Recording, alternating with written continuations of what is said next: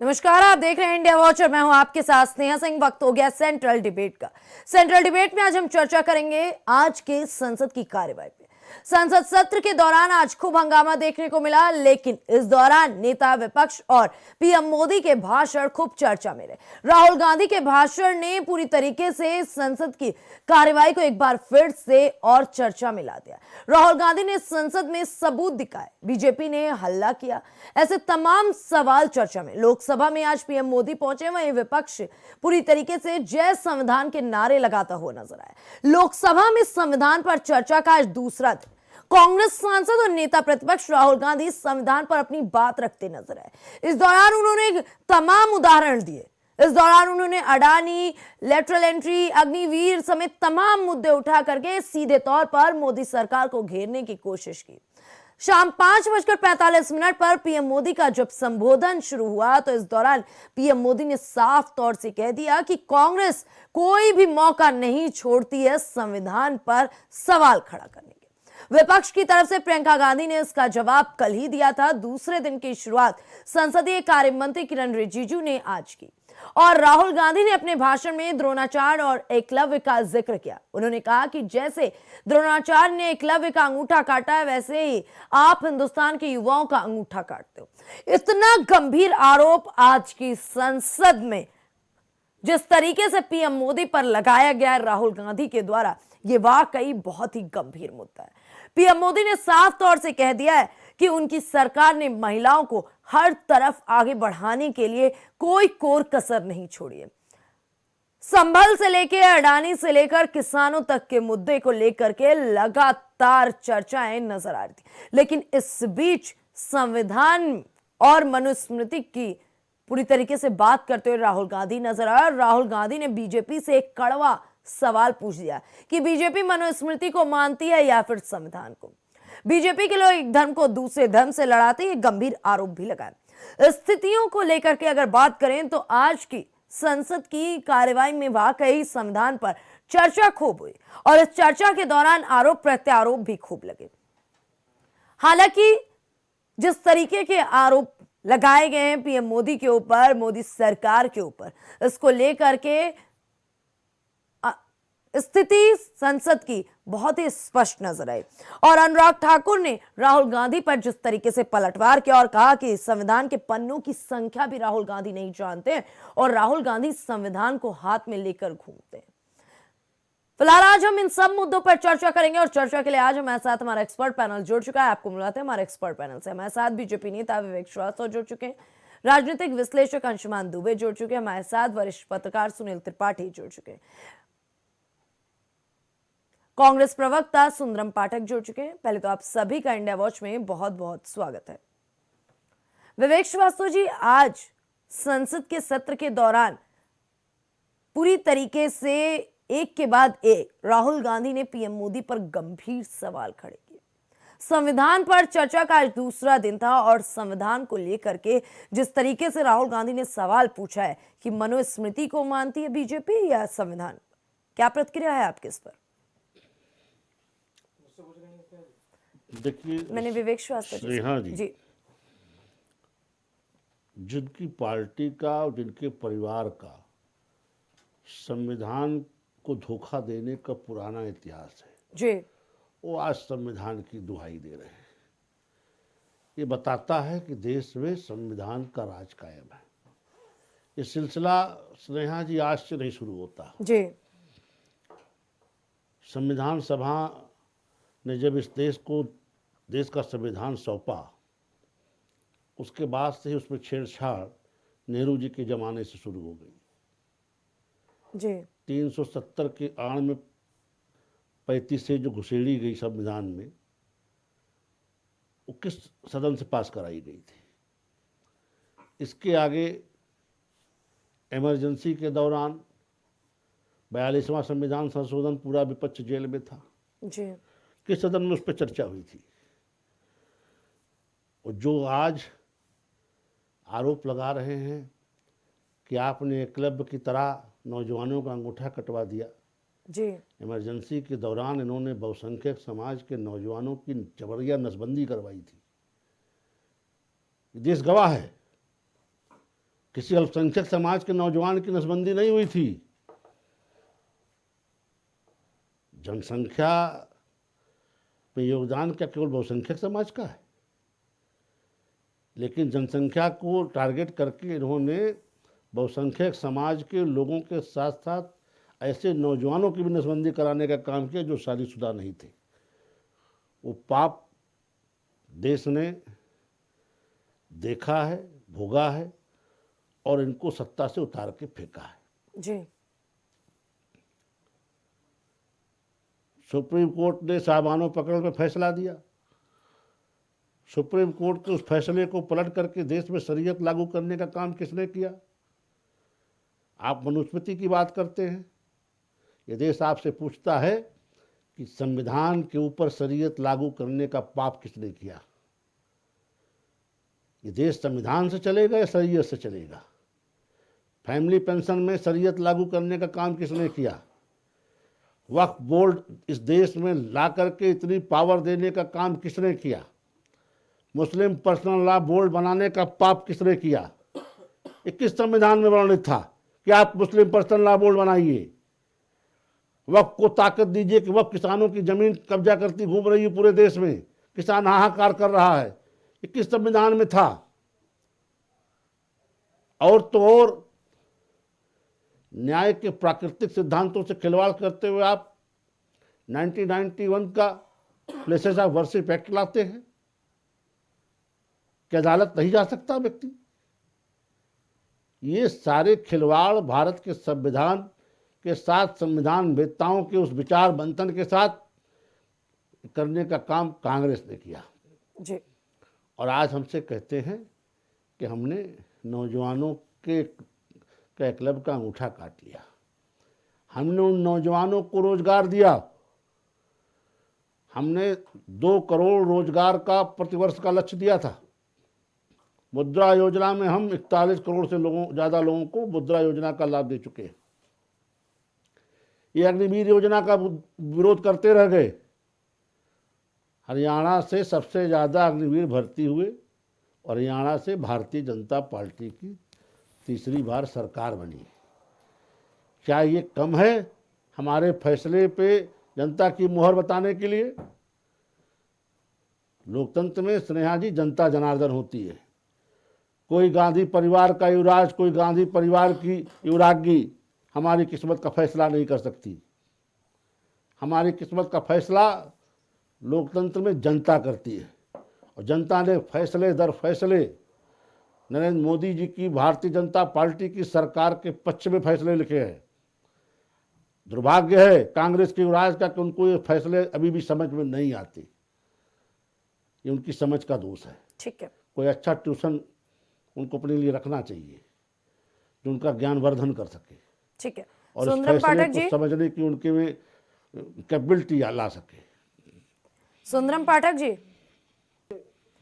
आज संसद में जिस तरीके से संविधान को लेकर के राहुल गांधी ने बीजेपी पर सवाल खड़े किए, अभी विवेक जी ने कहा कि संविधान को लेकर के हर बार तार तार करने का काम कांग्रेस ने किया और ये सिर्फ आज की बात नहीं है। जब से राहुल गांधी संविधान की किताब लेकर के चल रहे हैं तब से ये मामला उठ रहा है। और दूसरी तरफ अनुराग ठाकुर ने कहा कि जब उनसे संविधान के पन्नों के बारे में पूछा जाता है तो राहुल गांधी को वो भी नहीं पता होता है। आखिरकार ये क्या हो रहा है? देखिए, सबसे पहले तो आपके चैनल के माध्यम से जितने भी श्रोता जुड़े हैं सभी को मेरा नमस्कार और जितने भी पैनलिस्ट हैं सभी को मेरा नमस्कार। जय हिंद, जय भारत, जय संविधान।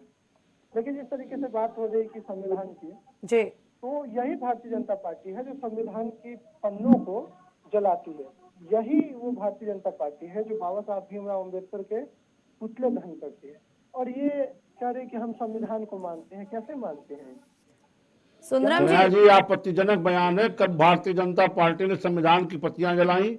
कब बाबा साहब भीमराव अम्बेडकर के हमने पुतले जलाए? वो घटनाक्रम बता दें। सुन लीजिए, घटनाक्रम बताने का एक मिनट विवेक जी, पूरी बात हम सुन लिए तो आप बीच में डिस्टर्ब नहीं। हम बीच में डिस्टर्ब नहीं करें, लेकिन जो आप आरोप ठीक लगा है रहे विवेक जी, आपके इन आरोपों का तथ्यात्मक तरीके साक्ष्य से आप बात लेंगे अभी। रखें। सुन लीजिए ना, ना। विवेक जी आपके इन स्नेहा जी- आरोपों का स्नेहा साक्ष्य जी इसके लेंगे, साक्ष्य जरूर ले लेंगे, लें। क्योंकि ये बहुत गंभीर ये आरोप गंभीर आरोप है। ठीक है, ठीक है। बाबा साहब भीमराव अम्बेडकर के पुतले जलाने का भारतीय जनता पार्टी को वो लोग आरोप लगा रहे हैं जिन्होंने बाबा साहब भीमराव अम्बेडकर को चुनाव नहीं जीतने दिया, ठीक है विवेक श्रीवास्तव जी, जवाब जरूर भारत लेंगे रत्न नहीं सुंदरम जी दिया। से, तो क्योंकि आपकी ये आपके कौन लिए ही लीजिएगा? नहीं, जनता के लिए भी बहुत ही गंभीर तो सवाल है। आपकी कौन लीजिएगा? जवाब जरूर लेंगे। जी सुंदरम जी, आप रखिए अपना पक्ष।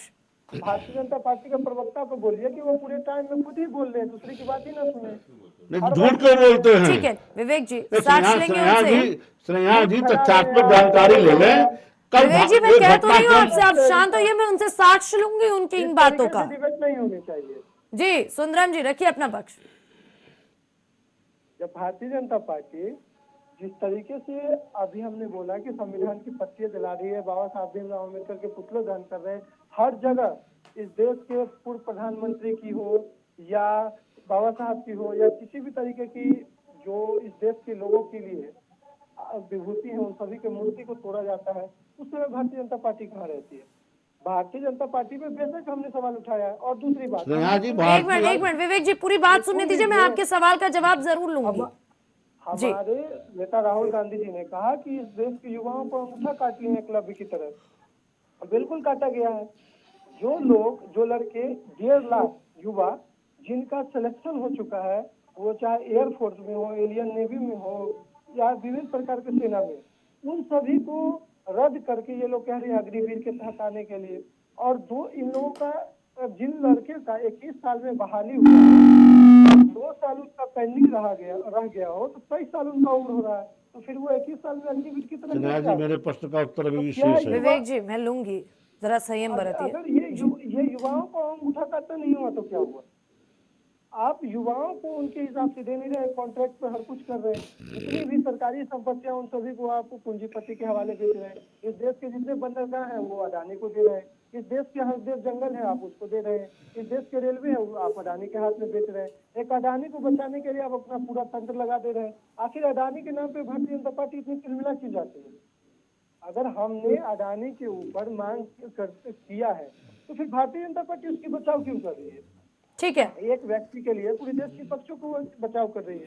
ठीक है सुंदरम जी, एक सवाल है। अभी आपने कहा कि बीजेपी संसद को संविधान की प्रतियों को जला रही है, भीमराव अंबेडकर की मूर्तियों को जला, किन घटनाओं का आप ये जिक्र कर रहे हैं, जरा विस्तार से एक बार बताइए, क्योंकि ये जनता के लिए जानना भी बेहद जरूरी है। और विवेक जी कह रहे हैं कि ऐसा कोई मामला हमारे द्वारा नहीं किया गया है, तो साक्ष्य तो बताने पड़ेंगे ना, जरा विस्तार से बताइए।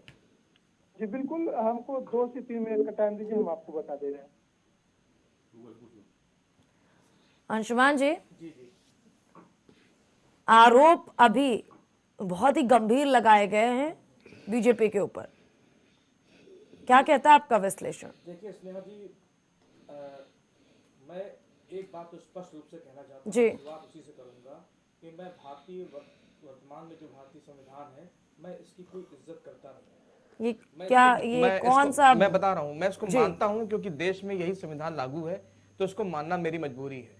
रही बात मनुस्मृति की, तो जैसे राहुल गांधी ने कहा कि आप मनुस्मृति को मानते हैं, तो मैं आपको बता दूं मैं मनुस्मृति को पूरा समर्थक हूं, उस मनुस्मृति का समर्थक हूं जो हमारे पूर्वजों ने, पुरखों ने बनाया। और कारण बताऊं तो क्या है कि मनुस्मृति में आदमी के कर्मों के हिसाब से उसकी जाति तय करी जाती थी, उसके कर्म के अनुसार उसका भविष्य तय होता था। लेकिन वर्तमान संविधान में जिन लोगों ने वर्तमान संविधान बनाया, उन लोगों ने हमारे एक बहुत बड़े वर्ग के भाइयों को शूद्रों में लाके खड़ा कर दिया है। वो संवैधानिक रूप से शूद्र हैं वहां पे, उनको आपको कितना पढ़ लिख ले, कितना भी आगे बढ़ जाए, कितना भी कुछ हो जाए, लेकिन वो रहते शूद्र के शूद्र हैं। ये भारतीय संविधान की देन है, ये मनुस्मृति की देन नहीं है। ओबीसी बना दिया इन लोगों ने, भारतीय संविधान ने बनाया है, मनुस्मृति ने नहीं बनाया है। मनुस्मृति ने ये कहा था, भगवान मनु ने ये कहा था कि आप जैसे कर्म करेंगे, उच्च कोटि के कर्म करेंगे, तो आपकी उच्च जाति होगी। तब किसी का सरनेम दुबे या किसी का सिंह, किसी का रस्तोगी, किसी का जाटव, ये सब नहीं होता था। आदमी के आचरण के अनुसार उसके कर्मों का विभाजन होता था। यह सच्चाई है, इसलिए मैं भारतीय संविधान की अपेक्षा मनुस्मृति का सम्मान सबसे पहले और सबसे ज्यादा करता हूं। लेकिन अंशुमान दुबे जी, आप बतौर राजनीतिक विश्लेषक बैठे हैं और आपका ये बयान, मैं आपको एक चीज और बताऊं, एकलव्य का उदाहरण दिया गया जी। देखिए द्रोणाचार्य जी ने एकलव्य का अंगूठा कटवाया, उसका एक बहुत बड़ा रीजन था। उसका रीजन ये था कि बेशक इसमें कोई दो राय नहीं था कि वो बहुत योग्य एकलव्य थे और उन्होंने धनुर्विद्या जो सीखी वो आचार्य द्रोणाचार्य को देखते हुए सीखी, उनके द्वारा जो चीज़ें सिखाई जाती थी उनका दूर से देख के सीखी। वो निश्चित रूप से एक विद्वान थे, लेकिन वो जिस कम्युनिटी से आते थे उस कम्युनिटी में असभ्य लोगों की संख्या ज़्यादा थी, वो जंगली थे, वो बर्बर थे और वो सिविल सोसाइटी के साथ मैच करने वाले व्यक्ति नहीं थे। तो अगर ये उनको द्रोणाचार्य का ये मतलब था कि अगर हम उनकी जो शक्ति जो एकलव्य के पास है अगर इन्हीं लोगों के पास पहुंच गई तो उसका क्या दुरुपयोग होगा। इसका उदाहरण दिखा दूं मैं आपको। हम भी परमाणु संपन्न राष्ट्र हैं, पाकिस्तान भी परमाणु संपन्न राष्ट्र है, लेकिन आज हम एक इस स्थिति में है कि जिम्मेदार तरीके से लोग हमारे पर भरोसा करते हैं, पूरा विश्व भरोसा करता है कि भारत परमाणु शक्ति का दुरुपयोग नहीं करेगा, लेकिन पाकिस्तान कर सकता है। तो पाकिस्तान का अंगूठा काटना जरूरी था, इसलिए ये चीजें उसी प्रयोग में आती हैं। यहाँ कहीं भी किसी रूप में एकलव्य का मान करने का इरादा नहीं था, एकलव्य को उसकी अपमानित करके के द्रोणाचार्य ने कोई गलत काम करने का इरादा नहीं था। उन्होंने उस जगह उस आने वाली समस्याओं से लोगों को बचाने के लिए ये काम किया। और रही बात, इसमें एक लाइन सिन्हा जी मैं और जोड़ना चाहूंगा। एकलव्य जरासंध के सेनापति का पुत्र था और भावी सेनापति होने वाला था। तो ये वही जरासंध है जिसने राजाओं को बंदी बना लिया था, करीब 84 राजाओं को, जिनकी 100 होने पर बलि दे करके वो भगवान शिव को प्रसन्न करके अमृत का वरदान प्राप्त करना चाहता था। जिस जरासंध का वध भीम द्वारा श्री कृष्ण जी ने कराया, ये वही जरासंध था। तो ऐसे व्यक्ति को अगर ताकत मिलती तो जो अंशुमान जी कह रहे पाकिस्तान वाली हालत होती और उस समय की सृष्टि के लिए कितनी विनाशकारी होती। जैसे आज इजराइल कसम खाता कि ईरान को परमाणु बम नहीं बनाने देंगे, इसी तरह के कारणों के चलते एकलव्य के ऊपर द्रोणाचार्य जी ने। ठीक है, वापस मुद्दे पे आते हैं। दूसरी चीज मैं बताऊं, बार बार अडानी का मामला ये लेके आते हैं कि कहते हैं कि मोदी अडानी के साथ खड़े हैं। बिल्कुल खड़े हैं और बिल्कुल खड़ा होना भी चाहिए।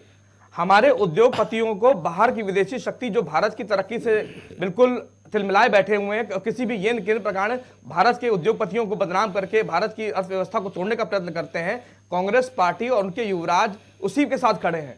वो सुकन्या देवी के बलात्कार का आरोपी, खुद घोटाले में लिप्त होने वाला व्यक्ति जो जमानत पे है, वो ये कहता है कि अडानी जो है वो भारत का नुकसान कर रहे हैं। अब प्रधानमंत्री के साथ खड़े, प्रधानमंत्री हर उस व्यक्ति के साथ खड़े हैं जो देश को आगे बढ़ाना चाहता है, जो देश के लिए लड़ रहा है, जिसके लिए देश के लिए अंदर प्रेम जगा हुआ है। प्रधानमंत्री के साथ खड़े रहेंगे, अडानी हो चाहे अंबानी हो, जो देश को आगे लेके जाएगा, जो देश को अपने पैरों पर खड़ा करने में मदद करेगा, प्रधानमंत्री क्या पूरा देश का एक एक कोटि व्यक्ति उनके साथ खड़ा होगा। ठीक है सुनील जी, कल से संसद में संविधान पर चर्चा शुरू हो रही है। एक चीज गौर किया आपने, इस दौरान हंगामा कम चर्चा ज्यादा हुई। मतलब जनता के मुद्दों से इत्र, अगर संविधान पे चर्चा हो रही है तो वो सत्ता विपक्ष दोनों बड़ी शांति से चर्चा करता हुआ नजर आया और पूरी चर्चा हुई। मानते हैं ये बात कि नहीं? क्या मतलब माना जाए कि संविधान ही सबसे बड़ा मुद्दा बचा हुआ है दोनों पार्टियों के लिए चर्चा के लिए, बाकी मुद्दे दरकिनार, जनता के सारे मुद्दे साइड। जी, विपक्ष को शर्म आनी चाहिए। जिन मुद्दों पे वो जनता के बीच में जा रहा है जी, वो जनता अस्वीकार कर रही है। इनके मुद्दों को आप गौर कीजिए। अडानी पहला मुद्दा जी, संविधान दूसरा मुद्दा, अग्निवीर तीसरा मुद्दा, और ऐसे कई मुद्दे इनके रहे हैं जिन मुद्दों पर ये जनता के बीच में गए और मुंह की खा के लौट आए हैं। गलत मैं कह रहा हूं, बताइए। हरियाणा चुनाव में देखा आपने, बहन बेटियों से मुद्दे से लेकर तमाम मुद्दे लेके आए, लेकिन हरियाणा की जनता ने राष्ट्रवाद के साथ खड़ा होकर के वोट दिया और जो ये साजिशन राजनीति कर रहे हैं ऐसे विपक्षियों को मुखी दिखा दी। महाराष्ट्र की हम चर्चा करें, महाराष्ट्र में भी आपने देखा कि यही संविधान खतरे में है, नौजवान खतरे में है, विपक्ष गाता रहा, वहां भी असफलता हुई इनको। इस देश की जो मेन समस्याएं हैं स्नेहा जी, उस पर विपक्ष कभी ध्यान नहीं दे रहा है। और मैं दावे के साथ कह रहा हूं कि राहुल जी, अखिलेश जी अगर यही राजनीति करते रहे तो विपक्ष ही इनको स्वागत योग्य होगा, कि सत्ता पक्ष में कभी नहीं आ पाएंगे। नरेंद्र मोदी जी या भारतीय जनता पार्टी की सरकार सबके साथ खड़ी रहती है और सबकी चर्चा करती है। भले ही उस पर आरोप लगते हो कि वर्ग विशेष के लोगों को ध्यान नहीं दिया जा रहा है, लेकिन मैं आज भी कह रहा हूं सारी सुविधाओं को, कौन सी सुविधा है जो हिंदू के लिए अलग है, मुसलमान के अलग, सिख के लिए अलग है, सबके साथ एक ही व्यवहार हो रहा है, एक ही सुविधाएं मिल रही हैं। और ये लेकिन उसके बाद भी संसद में सपा सांसद इकरा हसन ने ये सवाल खड़ा किया कि मुस्लिमों को पूरी तरीके से इग्नोर किया जा रहा है, स्नेहा साइडलाइन जी, यहाँ का ना मुसलमान खतरे में है ना हिंदू खतरे में है। यहाँ के जो राजनेता हैं जो हिंदू और मुसलमान के ऊपर बैठ रखे राजनीति करते हैं, उनकी राजनीति, उनका परिवार खतरे में है। मैं तो यही कहूंगा। आप बता दिए, राजधानी में आज से पूर्व में आपने देखा होगा कि आधा लखनऊ कर्फ्यू के अंडर में रहता था। आज चौक कर्फ्यू हो गया, शहादत में गिराता थक जाऊंगा, पूरे मोहल्ले कर्फ्यू कैसे रहते थे। आज 7 सालों में बता दिए क्या हिंदू चले गए कि मुसलमान चले गए? हिंदू भी रह रहा है, मुसलमान भी रह रहा है, लेकिन दंगाई नहीं रह रहे हैं। जो दंगाई हिंदू और मुसलमान का मन फेर करके दंगा करा के निकल जाते हैं और उनकी लाशों पर उनकी माएँ, उनके पिता रोते हैं बैठ करके। ये विपक्ष जो राजनीति हो रही है, जिस मनुस्मृति की चर्चा कही है राहुल जी, अंशुमान जी ने काफी समझाया, मैं चर्चा नहीं करना चाह रहा हूं, लेकिन मैं ये कहना चाह रहा हूं कि उस मनुस्मृति को आप पढ़ के देखिए। उनकी व्यवस्था आपकी व्यवस्था से अलग है। उसको पढ़ ले तो संस्कृत आनी और हाँ, संस्कृत आनी चाहिए। आप पढ़े क्या हैं?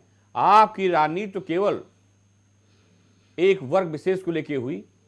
शुरू से जब से देश आजाद हुआ, आपने इस देश के 2 टुकड़े कराए। इस देश के लोगों ने देखा कि हिंदू और मुसलमान जो दरार पैदा कर दी, वो नासूर बन गया, एक पाकिस्तान बन गया, एक हिंदुस्तान बन गया। ना हिंदू रहा हिंदुस्तान में चैन से, ना पाकिस्तान रहा चैन से वहां से। ये किसकी देन? कांग्रेस देन है। अगर आप चाहते कि बंटवारा ना हो, जिन्ना को या नेहरू जी को प्रधानमंत्री बना दिया जाता, तो शायद हिंदुस्तान पाकिस्तान अलग ना हुआ होता। तो इनकी तो विभाजनकारी नीति से ही कांग्रेस का गठन हुआ है। आज भी राहुल जी चिल्लाते हैं जाति जनगणना, जाति गणना करा के मानेंगे। ये देश के बुद्धिजीवी लोग समझ रहे हैं कि जाति जनगणना के आड़ में बहुसंख्यक समाज को तोड़ा जा रहा है। और जाति जनगणना कराना हो तो मैं बड़ा निवेदन साथ कह रहा हूं, क्या मुस्लिम में जाति गणना नहीं होनी चाहिए? क्या वहां गरीब नहीं है कि वहां उच्च वर्ग के लोग नहीं हैं? अगर आप जाति जनगणना की बात करें, जो समुदाय हैं इस देश में, सबकी जाति गणना कराऊंगा, इस पे नहीं। ये अखिलेश जी हमारे बोल रहे हैं पीडीए नारा दिया। पीडीए क्या हुआ? स्नेहा जी, मैंने भी कहा था कि वहां कि 2-3 सीटों से ज्यादा समाजवादी पार्टी नहीं पाएगी, और 2 सीटें मिली हैं। ये हम लोग आकलन जो करते हैं बैठे स्नेहा जी, स्टूडियो में नहीं करते हैं, जनता बीच में करते हैं। और यही मैं फिर कह रहा हूं, जिस संविधान के दुहाई राहुल जी दे रहे हैं, उस संविधान को समय अनुसार कैसे यूज किया गया है राजनीतिकों द्वारा, इस देश की जनता ने भी देखा। जैसी आवश्यकता पड़ी, संविधान की धाराएं बदल दी। ठीक है सुंदरम जी, आपने 2-3 मिनट मांगा था, आपको अच्छा खासा समय मिल गया। अब जवाब, सवाल वही है, जवाब दीजिए। किस घटना का आपने जिक्र किया, इतना गंभीर आरोप है? 12 दिसंबर 1949 को आरएसएस के द्वारा दिल्ली में बाबा साहब भीमराव अम्बेडकर का पुतला जलाया गया। ठीक है, क्या बता रहे हैं? क्या 12 दिसंबर 1949 को 12 दिसंबर 1949 को आरएसएस द्वारा भीमराव अम्बेडकर का पुतला जलाया गया। ये प्रमाण दें इस चीज का? को प्रमाण ये इस तरह ये क्या मूर्खों जैसी बातें कर रहे हैं?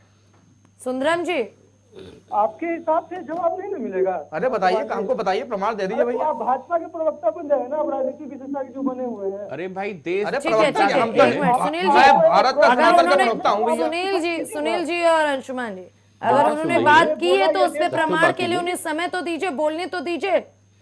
जी सुंदरम जी, आपको डेट बता दी है कि इस डेट को हुआ था, आप जाके आप चेक कीजिए गलत है या सही है तो बताइए हमें, बस इसमें प्रमाण दीजिए, प्रमाण दीजिए। आपको तो हमने डेट दे दिया ना। स्नेहा जी, और क्या आपका प्रश्न था, ये पूछिए आप। सुंदरम जी, अभी आपने शुरुआत में कहा था कि बीजेपी द्वारा संविधान की प्रांतियों को जलाया जाता है और भीमराव अंबेडकर के पुतले जलाए जाते हैं। आपने आरएसएस की घटना गिनाई, बीजेपी की बात हो रही थी और उस पे साक्ष्य मांगा। आरएसएस ही बीजेपी उनके साथ ही चल रही है। तो अगर मान लीजिए ये, अगर मेरे साथ जो व्यक्ति है तो उसकी अगर बात होगी, तो अगर हमारा कोई संचालन पार्टी करेगा तो उसका तो नाम आएगा ही। तो आरएसएस के इशारे पे तो भाजपा चल रही है, तो भाजपा आरएसएस हुई ना। ठीक है, विवेक जी, जी सुंदरम जी ने जवाब दे दिया। देखिए, जिस तरह का ये आरोप लगा रहे हैं, ऐसे कोई तथ्य नहीं है जी। हमने स्पष्ट उनसे पूछा था कि भारतीय जनता पार्टी ने कब संविधान की प्रतियां जलाई, ऐसी किसी एक घटना का जिक्र कर दें, ये उस पर कोई जवाब नहीं दे पाए जी। और ये बता रहे हैं कि आरएसएस ने बाबा साहब भीमराव अम्बेडकर का पुतला जलाया जी। आरएसएस कभी भी इस तरह के आंदोलनों में शिरकत नहीं करती। राष्ट्रीय स्वयंसेवक संघ आरएसएस एक RSS सांस्कृतिक भारत की राष्ट्रवाद आजादी के विरोध में भी था। इस देश का सबसे बड़ा गद्दार अगर कोई है तो वो RSS है। देखिए, भारतीय आजादी के मर्यादा विरोध में मर्यादा में बात करें। सुनिए, और एक बात और बता दें कि आजादी के विरोधी करने वाला सबसे पहले वही है, और इस देश को अंग्रेजों की गुलामी करवाने वाले RSS के ही लोग। देखिए स्नेहा जी, जी राष्ट्रीय स्वयंसेवक संघ को गाली दे रहा कांग्रेस के डीएनए में, ये तो सबको मालूम है।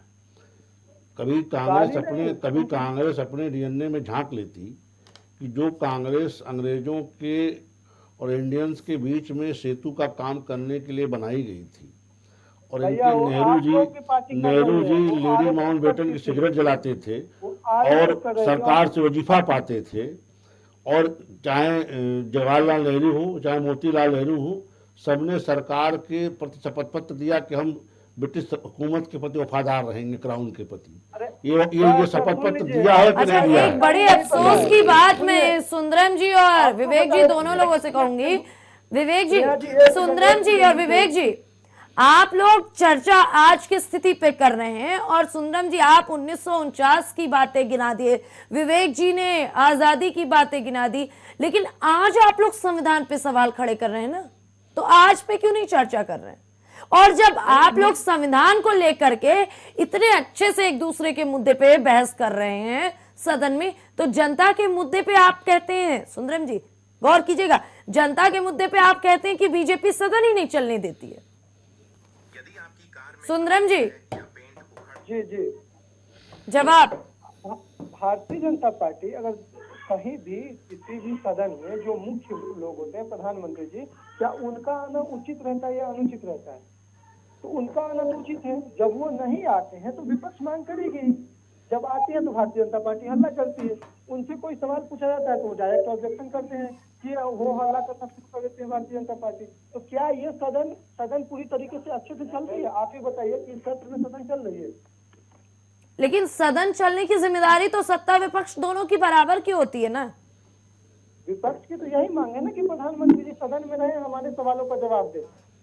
अब वो 2 दिन 3 दिन 4 दिन के सत्र में वो 2-3 दिन आते ही नहीं है, तो आएंगे नहीं तो फिर बात। आज चलिए ठीक है, आज पीएम मोदी पहुंचे, पीएम मोदी ने कह दिया कि सदन की जो गरिमा है और संविधान की जो गरिमा है वो तो हमेशा कांग्रेस तार तार करती है। उन्होंने कहा सबसे ज्यादा 6 दशक में सबसे ज्यादा बार संविधान में संशोधन कांग्रेस ने किया है, और आज वही कांग्रेस संविधान को लेकर के हाथ में घूम रही है।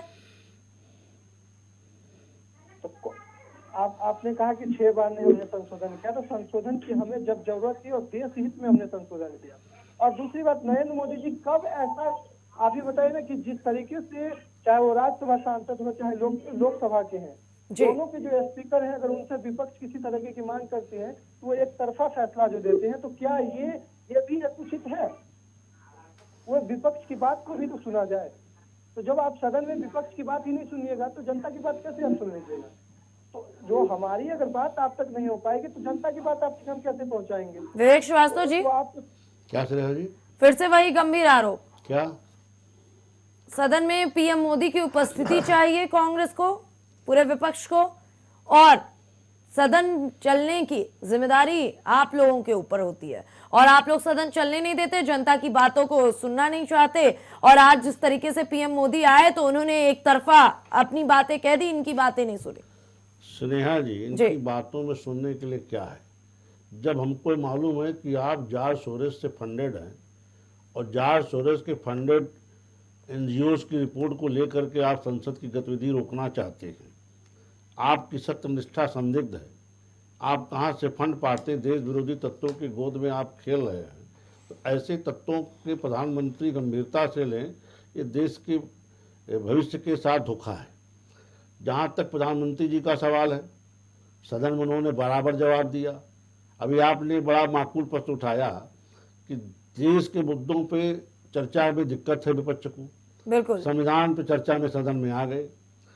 तो ये बताइए, जिन महंगाई, जो बेरोजगारी, जिन तमाम मुद्दों का ढिढोरा पीटते विपक्ष घूमता रहता है, उन मुद्दों पर चर्चा में सदन में क्यों नहीं रहता? कह रहे हैं कि पीएम मोदी नहीं रहते इसलिए चर्चा का मतलब क्या? नहीं, चर्चा मंत्री से होती है कि हर चर्चा मोदी जी से होगी? देश के प्रधानमंत्री, उनका अपना प्रोटोकॉल, उनके कार्यक्रम हैं। अभी इन्होंने लेटरल एंट्री का मुद्दा उठाया। जी। मनमोहन सिंह किस एंट्री से वित्त सचिव बने थे? मनमोहन सिंह किस एंट्री से गवर्नर बने थे? अगर इस चीज के प्रश्न पूछा जाए जी। तो कांग्रेस के पास जवाब देने के लिए कुछ नहीं है। ये जो गूगल पे जो फॉल्स रिपोर्टिंग है उसको लेकर के ये हमारे ऊपर आरोप लगा रहे हैं कि हमने बाबा साहब का पुतला फूका। बाबा साहब संघ के शिविरों में स्वयं जाकर के राष्ट्रीय स्वयंसेवक संघ की शिविरों की शाखाओं की प्रशंसा कर चुके हैं, रिकॉर्ड है। आपको एक भ्रम फैलाना है, आप बहुसंख्यक समाज में एक दीवार डालना चाहते हैं, दलितों के बीच, बहुसंख्यकों के बीच। ये आपके पहले से डीएनए में चल रहा है, ये आपकी कोशिश है, आपके युवराज की कोशिश है। ये कोशिश कभी कामयाब नहीं होगी। जहां तक मोदी जी का सवाल, उन्होंने हर विषय पे पूरा मजबूती से देश को जवाब दिया है और विपक्ष को भी लाजवाब करके छोड़ा है। आप बार बार जिन विषयों के आरोप लगाते, एक बार उन प्रश्नों को अपने अंदर खाने झांक करके देख लीजिए। लेटरल एंट्री की शुरुआत स्नेहा जी देश में किसने की? ईवीएम की शुरुआत देश में किसने की? मैं एक प्रश्न गिनाता जा रहा हूं जी। कोई एक विषय आप उठा ले, संविधान में संशोधन की शुरुआत किसने की? विपक्ष को जेल में डाल करके इमरजेंसी के दौरान संविधान को रोकने की शुरुआत किसने की? जुडिशियल प्रोसेस को स्टॉप करने की, हैंडीकैप बनाने की शुरुआत किसने की? रायबरेली की अदालतों में कांग्रेस के कार्यकर्ता हु कर देते थे, अदालतें उठ जाती थी, प्रोसीडिंग नहीं चल पाती थी। नौजवानों की नसबंदी जबरदस्ती कराने का कार्यक्रम किस पार्टी लेके आई? बहुसंख्यक समाज के नौजवानों की। तो जिन आरोपों को आज आप पढ़ रहे हैं, आपके जिस भी राइटर ने लिख करके दिया है, उन आरोपों को अपने कभी 60-50 साल के कार्यकाल पे एक बार घुमा के देख लीजिए। ठीक है सुनील जी। जी जी। संविधान को लेकर के चर्चा जब होती है, जब पीएम मोदी कहते हैं कि संविधान में सबसे ज्यादा संशोधन कांग्रेस ने किया, तो कांग्रेस कह रही है कि हमने जरूरत के हिसाब से संशोधन किया और बीजेपी ने संविधान को मानना ही बंद कर दिया। क्या वाकई ऐसी स्थिति है हमारे देश में? स्नेहा जी, मैंने अभी भी कहा था, ये संविधान गाते गाते धीरे धीरे थक जाएंगे और राजनीति में इनका क्या स्तर होता जा रहा है यही देख रहे हैं। संविधान निर्माताओं ने जिस उद्देश्य से संविधान की रचना की थी जी, शायद उसका आज गला ही घोटा जा रहा है। जब राजनीतियों को अपनी आवश्यकता होती है संविधान संशोधन कर देते हैं। तो क्या पहले के संविधान के निर्माता थे वो बुद्धिजीवी नहीं थे, या उन्हें इतना ज्ञान नहीं था? विपक्ष मुझे भी लगता है कि कुछ विदेशी शक्तियों से भी प्रेरित हो रहा है। मेरे पास साक्ष्य नहीं, लेकिन ये मैं नहीं, जनता भी कह रही है। अग्निवीर अग्निवीर आप गा रहे हैं, अग्निवीर में भर्ती लोग क्यों हो रहे? जबरदस्ती बुला रही सरकार उनको, भर्ती हो आके। और अग्निवीर जिसकी चर्चा राहुल जी कर रहे हैं, तो हेमराज का सिर भूल गए हैं क्या? इतिहास के पन्नों में आज भी हेमराज का बलिदान भूला नहीं जा सकता है। पाकिस्तानी दुर्दांतों ने सर काट करके रक्त पिया था। आज मैं कह रहा हूं, अगर हिम्मत किसी में हो तो मेरे एक फौजी सर काट देख ले, और जो काटे हैं उनका अंजाम ये हुआ है। ये हम नहीं कह रहे हैं, ये पूरा देश कह रहा है।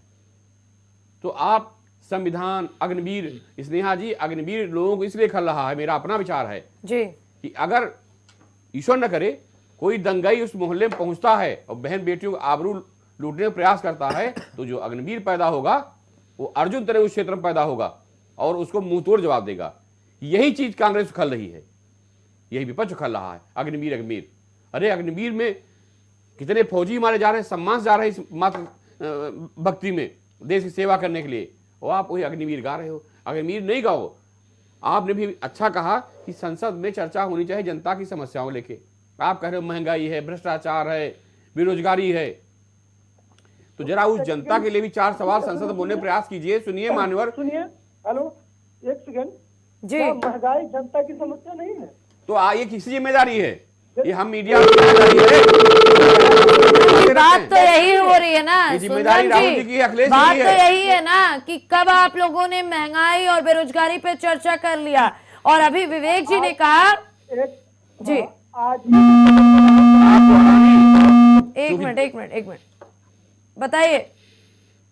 आज ही के सदन में राहुल गांधी जी ने युवाओं की बात उठाई है, किसानों की बात उठाई है, तो ये जनता के मुद्दे नहीं है। तो जनता के मुद्दे हैं कि नहीं? इसको जोड़ हम के लोग भी किससे लगातार- उठाया गया? संविधान से ना, बात तो वही है ना। संविधान भी है, युवा भी है, सारे मुद्दों में हमने जवाब उठाया। आप जो निजीकरण कर रहे हैं उस पर उठा रहे हैं। सुंदरम जी, निजीकरण नहीं हो रहा है। मेरा वही सवाल विवेक जी से भी था, वही सवाल आपसे भी था। खैर, सुनील जी का पक्ष सुनिए। स्नेहा जी, जी, जिन किसानों की मुद्दा उठा रहे हैं, मैं बार बार कहता हूं कि जब आपकी सरकार थी तो आपने किसानों के लिए क्या किया? बड़ा अच्छा काम किया। 5,000 के लिए सिंचाई लगाना टैक्स जो किसान ने दे पाता था, 15-15 दिन की एसडीएम की जेल में डाल दिया आपने। तो ये इतिहास के पन्नों में लिखा, मैं गलत नहीं कर रहा हूं। और गलत कहूं मेरे मुकदमा कर दीजिए। मैं उस गरीबी को, उस किसान के दर्द को बहुत नजदीक से देखा है कि घर छोड़ लोग भाग जाते थे जब अमीन और तहसीलदार आते थे, और आप किसानों चर्चा कर रहे हैं। आज किसान, मैं भाजपा प्रवक्ता नहीं हूं, लेकिन सच्चाई है किसान सम्मान निधि पा रहा है। लेकिन किसानों को तो ये हाल था इस प्रदेश में, देश में स्नेहा जी, कि बीज ड्योढ़ी पिला के बोता था। ड्योढ़ी इनको मालूम भी नहीं होगी कि 1 कुंटल लाएंगे तो 1.5 कुंटल बीज देना पड़ेगा हमको। पता चला ड्योढ़ी और बीज चक्कर में किसान आत्महत्या करने के लिए मजबूर होता था। आज किसान सम्मान निधि मिल रही है, फ्री कृषि यंत्र मिल रहे हैं, सब्सिडी मिल रही है, खाद बीज मिल रहा है। हाँ, थोड़ी सी कमी इस बात की है, सरकार को मॉनिटरिंग करना चाहिए कि जो हम कृषि यंत्र दे रहे हैं, बीज दे रहे हैं, वो किसान तक हमारे पहुंच रहे हैं कि नहीं पहुंच रहे हैं। लेकिन मैं सरकार को दोषी इसमें नहीं मानता हूं। सरकार ने किसानों के लिए क्या नहीं किया? जो बजट नया आया है, जरा उसको पढ़ के देख लीजिए।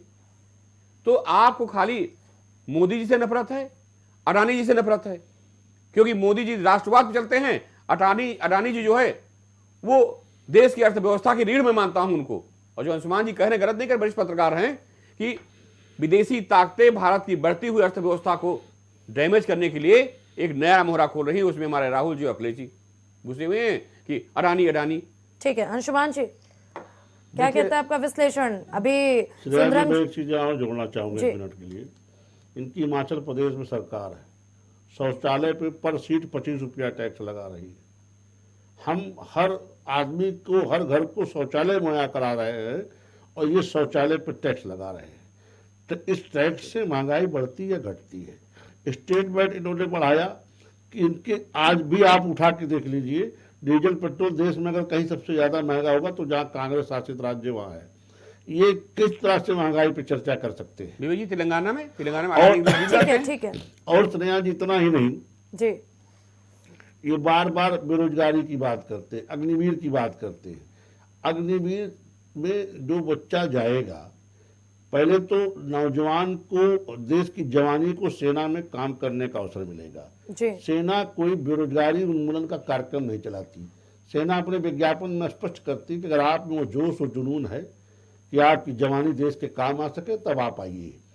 और जो वहां से 4 साल के बाद निकल के आएगा, एक 4 साल में एक परफेक्ट आदमी बन के आएगा।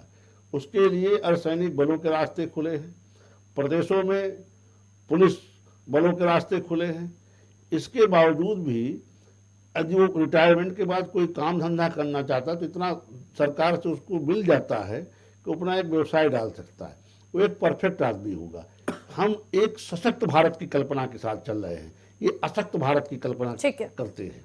ये चाहते दंगाई घुस के लोगों को घर में मारे। विवेक जी, आपके इस गंभीर आरोप का जवाब सुंदरम जी से लेंगे, लेकिन उससे पहले विश्लेषण लेते हैं अंशुमान जी का।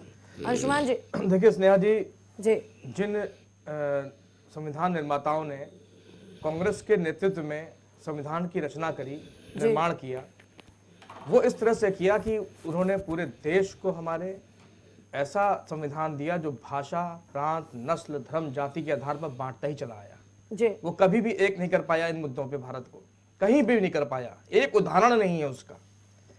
आज हम भाषा में, प्रांत में, जाति में, धर्म में लगातार लड़ रहे हैं।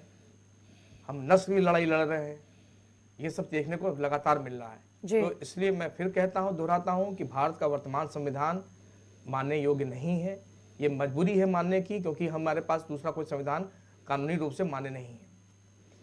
दूसरी बात ये मैं कहूँगा कि मेरे जो मित्र हैं बाहर विदेशों में रहते हैं, मेरी उनसे चर्चा भी हुई, और चर्चा के दौरान उन्होंने एक बहुत बड़ी बात मुझसे कही। उन्होंने कहा जो कांग्रेस का MOU साइन हुआ था चीन के साथ में, उसमें इस बात को लेकर के भी दोनों के बीच में समझौता है कि भारत की जनसंख्या नियंत्रण को लेकर जब भी कोई कानून आएगा उसका पुरजोर विरोध कांग्रेसी और कांग्रेस के समर्थक लोग करेंगे।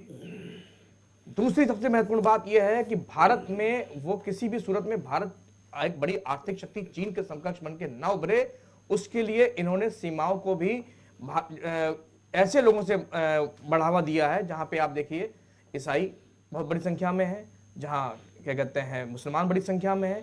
हमारी सीमाओं को ऐसे लोगों से भर दिया है जिनकी सत्यनिष्ठा भारत के प्रति संदिग्ध है अधिकतम रूप में। ये सच्चाई है, इससे कोई नहीं कहता। और कांग्रेस का ये एमयू, ये वास्तविकता है कि उन्होंने चीन के साथ ये समझौता किया है। इस बात को अगर मैं झूठ बोल रहा हूं तो ये एमयू ला के दिखा दें, मैं मान जाऊंगा। अगर मैं झूठा हूंगा, मैं जिंदगी भर संन्यास ले लूंगा, टीवी पे मुंह नहीं दिखाऊंगा। ये सच्चाई है कांग्रेस की गद्दारी की। इनके जो नेता है राहुल गांधी, वो किस किस्म के आदमी है, किसी से छुपा नहीं है। ये वो व्यक्ति हैं जिनके ऊपर कभी सुकन्या देवी बलात्कार का एक गंभीर आरोप लगा था और सुप्रीम कोर्ट तक जाना पड़ा उनको, ठीक है। और क्योंकि सेंटर में कांग्रेस की सरकार थी, यहाँ मुलायम सिंह उनके सहयोगी थे, किस दबाव में आकर के किस प्रकार से इस आरोपों से वो बरी हुए होंगे, ये कहना बड़ा मुश्किल काम नहीं है। दूसरी बात, वो अपने जीजा के साथ, अपनी माँ के साथ घोटालों में जमानत पर हैं। ऐसा व्यक्ति जो खुद घोटाले करके बैठा हुआ हो, वो दूसरियों को संविधान का पाठ पढ़ाएगा? जो जेब में लेके घूमा करता है, जिसके अंदर बात करने की जिसको तहजीब नहीं, जो प्रधानमंत्री का लेकर इतने अपशब्द बोलता है, उस व्यक्ति संविधान की बात करता है। इज्जत देने से इज्जत मिलती है। आपने भारतीय जनता पार्टी के अनेक नेताओं को मजबूर किया है और कई हिंदूवादी और सनातनी लोगों को मजबूर किया है अपमानित कर करके, कि आज वो पलट के आपको बोलने लग गए हैं। वरना गांधी परिवार जैसा भी था, नेहरू परिवार जैसा भी था, आमतौर पर लोग इनको कुछ कहते नहीं थे, बचते थे चीजों से। लेकिन धीरे धीरे जिस प्रकार से इन्होंने अपमानित करने की एक श्रृंखला बना दी कि सनातन का अपमान करना शुरू किया, इन्होंने लगातार हिंदुओं को, बहुसंख्यक हिंदुओं को अपमानित करने का प्रयास किया। और किसके लिए? मुस्लिम तुष्टीकरण के लिए, ईसाई तुष्टीकरण के लिए। आज हमारी सीमाएं असुरक्षित हैं और हम असुरक्षित हैं तो कभी इन्हीं दो वर्ग के अधिकतम लोगों के कारण। नहीं तो भारत बहुसंख्यक हिंदू चाहे कैसा भी हो, कितना भी कैसा हो, वो देश के लिए मरना मिटना जानता है। और आज यहाँ पे लोकतंत्र कायम है तो हमारे हिंदुओं की वजह से कायम है, ये किसी मुस्लिम शरिया के मानने वालों की वजह से कायम नहीं है। जिसका उदाहरण आज आपने संभल में भी देखा, किस प्रकार एक मंदिर को 1978 के बाद इन मुसलमानों ने दबा दिया था। ऐसे हजारों सैकड़ों उदाहरण तो हमारे सदियों से चले आ रहे हैं। 800 वर्षों का इतिहास है। हमारे कितने मंदिर इन्होंने अपमानित करके दबा रखे हैं और उसको आज भी अपमानित करते चले जा रहे हैं। और मैं बड़ा दुर्भाग्य मानता हूं कि न्यायपालिका ने जिस प्रकार से भी कहा है कि नए तरीके से जांच नहीं होगी, वो जांच दोबारा हो और उच्चतम न्यायालय पे दबाव बनाए सरकार, ये होना चाहिए। ठीक है सुंदरम जी, पक्ष के साथ मुद्दे पर फाइनल कमेंट। अंशुमान जी का आज भारतीय जनता पार्टी का प्रवक्ता बनना अच्छा लगा हमें। और ये कुछ बातें कर रहे थे, पूरा देश भाजपा के साथ खड़ा हो रहा है। क्यों परेशान है आप? कांग्रेस जी आपत्तिजनक बयान है। एक पत्रकार राजनीतिक विश्लेषक सुंदरम जी, के लिए अरे विवेक जी, मैंने शुरुआत में सुंदरम जी को बता दिया था कि वो राजनीतिक विश्लेषक है, फिर भी वो आरोप लगा रहे थे। ये उनका पत्रकार के विश्लेषण से सहमत असहमत हो सकते हैं। ठीक है विवेक जी, फाइनल कमेंट चल रहा है। सुंदरम जी फाइनल कमेंट दीजिए जी, प्रमाण बाद में, फाइनल कमेंट पहले जी। जिस तरीके से ये बात कर रहे थे, तो क्या अग्निवीर योजना जो है, इससे पहले कांग्रेस के समय में प्रतिवर्ष सेनाओं की बहाली होती थी, वो गलत थी? हेमराज सर, अगर आपको इतनी ही रक्षा करनी है तो आप 12th में क्यों नहीं कर देते हैं 100 नंबर का एनसीसी? जो बच्चे 100 नंबर रहेगा एनसीसी की पूरी ट्रेनिंग नहीं करेंगे, वो 12th पास नहीं करेंगे। अगर आपको सबको सदस्य करना है, महिला से लेकर पुरुष तक, सब के सब तैयार रहेंगे, तो आपको करने की वो मंशा है नहीं। मंशा ये है कि युवाओं की जो 4 साल की उनका बहुमूल्य है वो ले ले, उसके बाद उनको अडानी अंबानी की गोदामों में सिक्योरिटी गार्ड बना के रखे। और इनके भाजपा के प्रवक्ता, ये क्या कहते हैं, कोई विधायक या सांसद का भी एक बयान था कि हम अपने यहाँ उनको सिक्योरिटी गार्ड की नौकरी देंगे। भाजपा के ही लोग का बयान। और दूसरी बात, क्या इस देश में किसानों का मुद्दा उठाना और युवाओं का मुद्दा उठाना गलत है? और दूसरी बात, ये इन्होंने हमें विभिन्न प्रदेशों की बात गिना रहे थे कि यहाँ ये हुआ। तो मैं कल की बात आपको बता दूं कि बिहार में जेडीयू और बीजेपी की सरकार है, वहाँ बीपीएससी का एग्जाम होता है और पेपर लीक होता है। छात्र जब उन डीएम से जाकर वहाँ के बात करते हैं तो वो छात्रों को पीटना शुरू कर देते हैं। उनके सामने में गलत हो रहा है और वो आवाज उठाए तो उनके ऊपर पीटना शुरू कर दिया। और लगातार बिहार में आपके पास न्यूज आती होंगी कि कभी बीपीएससी, कभी यूपीएससी, विभिन्न प्रकार के छात्र। ये भी आरोप गलत है, वहाँ कोई पेपर लीक नहीं हुआ है, नॉर्मलाइजेशन को लेकर वहाँ विवाद हुआ है। कल पेपर लीक का मामला उठाया गया था विवेक जी। भारतीय जनता पार्टी की यही सबसे बड़ी बीमारी है। ठीक है, तो उनको सब कुछ उन्हीं के फेवर में चाहिए, तो ऐसा थोड़ी होगा। ठीक है सुंदरम जी, ठीक है। विवेक जी, पक्ष के साथ मुद्दे पे फाइनल कमेंट। देखिए स्नेहा जी, जी संविधान पे सदन में चर्चा हुई। चर्चा का जवाब प्रधानमंत्री जी ने और सत्ता पक्ष के तमाम मंत्रियों ने, नेताओं ने विधिवत दिया। जी दुख तब होता है कि संविधान की दुहाई वो लोग दे रहे हैं जिन्होंने अपने शासन काल में संविधान के ऊपर शरीयत को समझा। नदवा तक में शरीयत अदालतें लगी कि नहीं लगी, ये कैसे लग गई? एक तरफ आप कहते हैं कि ये धर्मनिरपेक्ष राष्ट्र है, जी दूसरी तरफ कहते हैं शाही जामा मस्जिद, शहर काजी, शहर मुफ्ती। ये क्या है? ये 70 साल में ये क्यों नहीं बदले? तो ये जो संविधान के आड़ में शरीयत लागू करने की कांग्रेस की जो चाल रही, जी और मैं आज भी कहता हूँ, अभी इनका जो हालिया 2024 का गठबंधन रहा, जी आम आदमी ये इनका कांग्रेस को समाजवादी पार्टी का मुस्लिम संगठनों के दबाव में हुआ है, कठमुल्लों के दबाव में हुआ है। ये कठमुल्लों के तलवे चाटने वाले लोग हमसे अपेक्षा करते कि हम इनसे किसी विषय पर चर्चा करें। ये देशद्रोही थे, देशद्रोही हैं, जार सोरेस से फंडेड लोग, हिडनबर्ग की रिपोर्ट बार बार लिख करके संसद में गतिरोध उत्पन्न करने वाले, देश के उद्योगपतियों को डिमोरलाइज करने की चेष्टा करने वाले। मैं इनसे पूछता हूँ, सबसे पहला मुद्रा पोर्ट अडानी को कब मिला? ये बोलेगा अडानी को मुद्रा पोर्ट कब मिला? भारतीय जनता पार्टी। ठीक है सुनील जी, मुद्दे पे फाइनल भाषा कमेंट। सही रखो, सुंदरम जी भाषा और सही विवेक जी रखो, दोनों लोग पहले तो शब्दों मर्यादा पे में संयम बात करो। रखें और तुम्हारी सुनील जी अम्मा मुद्दे पे शराब फाइनल पिलाती कमेंट। थी सोनिया गांधी, सुनील जी मुद्दे पे सोनिया फाइनल गांधी कमेंट। तुम्हारी अम्मा शराब परोसती थी। विवेक जी, इससे कहिए मर्यादा विवेक में जी और बात करें। मैं सुंदरम कोई जी, मैंने आप दोनों लोगों से कहा कि शब्दों पे संयम मर्यादा रखें। में बात करें। आप दोनों लोग मर्यादा को बनाए रखें इससे प्लीज। कहिए मर्यादा में बात करें। सुनील जी मुद्दे पे फाइनल कमेंट। देखिए स्नेहा जी, जी विपक्ष कहीं से इससे कहिए मर्यादा में बात करें। से प्रोटेक्ट नजर मुझे आता है, इसलिए जनता ये के कांग्रेस मुद्दों के पे कुत्ते चर्चा जो यहाँ नहीं भोंक रहे हैं, आप लोग एटलीस्ट और वरिष्ठ पत्रकार ये के कांग्रेसी तो कुत्ते फाइनल जो कमेंट भोंक रहे हो सुनिए। ना, विवेक राहुल गांधी बचा जी, नहीं पाएंगे। विवेक जी, नहीं से कहीं मर्यादा में बात करें। विवेक जी, ये लेडी मर्यादा माउंटेन सिगरेट चलाने वाले विवेक जी, आप मर्यादा सिखा रहे हैं और खुद ही मर्यादा को तार तार कर रहे हैं, फिर कैसे मर्यादा सिखा रहे हैं आप? नहीं, इन्हें कहीं मर्यादा में बात करें। मैंने कोई मर्यादा नहीं लांगी, इन्होंने बदतमीजी शुरू की है डिबेट में। पूरी मर्यादा मांग के बात कर रहे हैं। देखिए स्नेहा जी, सुंदरम जी, बोलने का सुनील जी का फाइनल कमेंट सुनिए। मेरा जवाब मैं दे रहा हूँ, ये बीच में बोल क्या सुनील जी का फाइनल कमेंट सुनिए आप दोनों लोग। वो वरिष्ठ पत्रकार है, उनका फाइनल कमेंट बहुत जरूरी है। सुन लीजिए, ये इतने सुनील जी आप फाइनल कमेंट दीजिए। सुंदरम जी आपको बारी मिला था, आपने फाइनल कमेंट पूरा इंदिरा किया जी जी। कांग्रेस देखी, जी राजू जी की कांग्रेस देखी। इंदिरा जी कांग्रेस थोड़ा बचपन देखी, राजू जी की कांग्रेस को मैंने अपनी जवानी में देखा, जी और राहुल जी कांग्रेस को मैं देख रहा हूं जवानी और बुढ़ापे के बीच में। जी कांग्रेस को डुबा दिया राहुल जी ने। जिस फैक्टर पे चल रहे हैं वो कांग्रेस का भविष्य अंधकार में होता जा रहा है। आप जनता से दूर हो रहे हैं। अडानी मोदी गाते गाते अडानी मोदी तो हीरो बन गए। कांग्रेस के जितने कर्णधार थे सब राहुल गांधी के किनारे ले लिए, और राहुल गांधी इस पैटर्न पे चलते जा रहे हैं। देश की जनता दिन प्रतिदिन दूर होती चली जा रही है। और यही नहीं, इनके सहयोगी दल समाजवादी पार्टी को भी देख लीजिए, संसद से लेकर के धीरे धीरे दुनिया पैदा होती चली जा रही है। आप वो मुद्दे उठाइए जो जनता के दिल में छुए और जनता के मुद्दे हों। आप ऐसा बार बार लग रहा, पूरे इनके प्रवक्ता भी ले लीजिए, संसद में इनके नेता को ले लीजिए, अडानी अडानी अडानी। अरे अडानी घोटालेबाज हैं तो आप कागज लाइए, पीआईएल दाखिल करिए सुप्रीम कोर्ट में, और अगर रिजेक्ट हो जाए आपकी पीआईएल तो मैं मान लूंगा कि मोदी प्रोटेक्ट कर रहे हैं, मोदी इस योग्य नहीं है। क्यों आप नहीं लाते हैं? और जनता के मुद्दे उठाने चाहिए। लाखों करोड़ों रुपया बर्बाद हो रहा है लोकसभा के अंदर, टैक्स पेयर का, जनता का, उस पर आप संविधान चर्चा, अडानी चर्चा, अग्निवीर चर्चा, ये तीन मुद्दों के अलावा कोई मुद्दा मैंने नहीं देखा अगर उठाओ।